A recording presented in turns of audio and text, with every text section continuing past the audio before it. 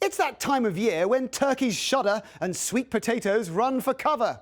And speaking of our friend we like to gobble gobble, there's a lot of mistruths and mischief out there. So in this Virtually Rick, we unfeather the myths of the illustrious turkey, get to the bottom and stuff it. So come with me, let's get virtual. Now, you might think from your history lessons that Benjamin Franklin proposed the turkey to be our national bird.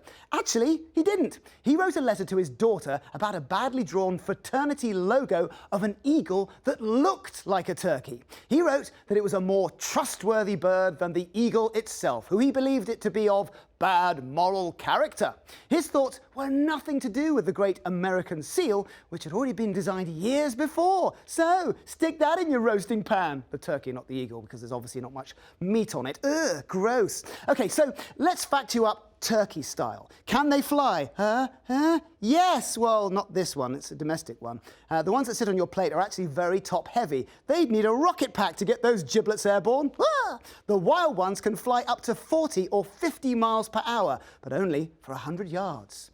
Now, some questions. I've heard, Rick, if it's raining and they're looking at the sky with their mouths open, that they can drown. Can they? No. Absolute nonsense. Even they're not that stupid. Well, Rick, can they swim? Yes, the wild ones are actually surprisingly good swimmers. Whether they can do backstroke or not, I have no idea. Now, according to research from Carnegie Mellon University, the carbon footprint of a 16-pound turkey creates a total of 34.2 pounds of CO2, the same amount produced by turkey gravy, cranberry sauce, roasted Brussels sprouts, mashed potatoes, rolled biscuits, and apple pie combined. Presumably, even more gas is released after you eat all that lot. And where do they go once they've been pardoned by the president? To George Washington's home, Mount Vernon, near DC. But sadly, they don't last very long because they're bred to be very fat for the table, which means their lives are pretty short anyway. So why is there dark meat on a turkey?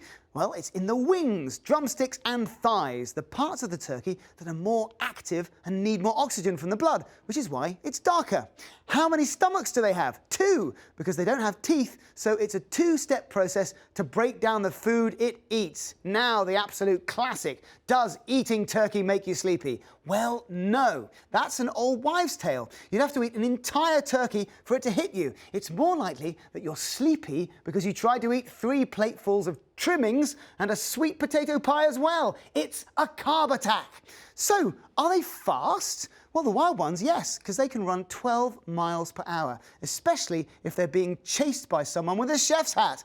Oh, sorry, that's not very nice. Are they smart?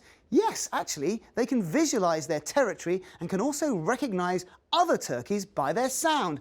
But they attack their own reflections in the mirror, so maybe they're not that smart. Now, can turkeys sing? No, but they're probably good dancers with all that turkey booty because it's all about the bass. Or their favourite music? Plymouth Rock! Okay, look, I'm sorry, I'm stopping. All your questions are now answered. Your mind is warmed up. Now, so don't worry if you forget or go cold turkey because I'll be here for you next year. Gobble, gobble.